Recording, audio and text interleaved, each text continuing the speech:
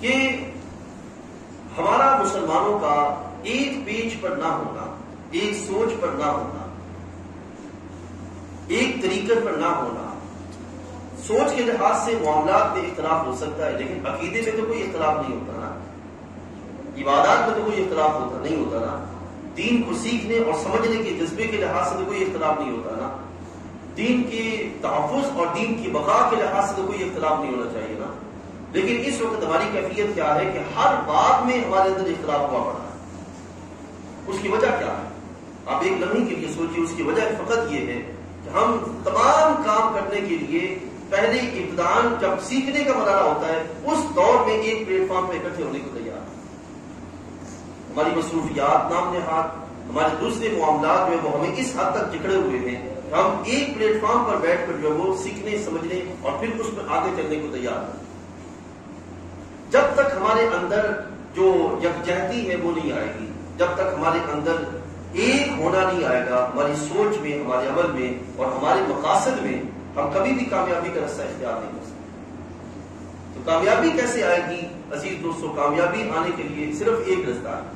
جب اللہ نے فرمایا یا ایھا الذین آمنوا، تو آمنو ہونے کے ناطے ہم ایک ہی پلیٹ فارم پہ اکٹھے ہیں.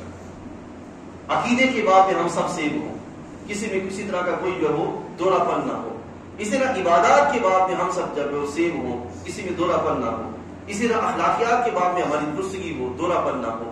یہ ساری چیزیں جب تک جو وہ ایک ہی پلیٹ فارم پہ اکٹھے ہو کے نہیں سیکھیں گے اس وقت تک کبھی بھی ہم کامیابی کا رستہ اختیار نہیں کر سکتے. تو اس بات سے ضروری کیا ہے معزز نوجوانوں کہ ہم جو ہے وہ اپنے اندر ہر معاملے کے لحاظ سے درجہ بدرجہ صحیح لیکن جو ہے وہ یکجہتی پیدا کریں اور اپنے اندر جو ہے وہ اتحاد پیدا کریں، اپنے اندر جو ہے وہ اتفاق پیدا کریں. اور جو مذہب اہل سنت و جماعت کے عقائد ہیں اور نظریات ہیں، معمولات ہیں، ان کی حقیقت جو ہے وہ جاننے کا اور سمجھنے کا اہتمام کریں. اور جو اس وقت نئے نئے فتنے ہیں، چیلنجز ہیں، ان کے لحاظ سے حقیقت جان کر ان کے لحاظ سے ذمہ داریاں نبھانے کا اہتمام کیا جائے. نہ کہ بیٹھ کر گلے شکوے اور نہ کہ بیٹھ کر یہ کیا جائے کہ اگر ایسا ہو جاتا تو ایسا ہوتا، اگر ایسا ہو جاتا تو ایسا ہوتا.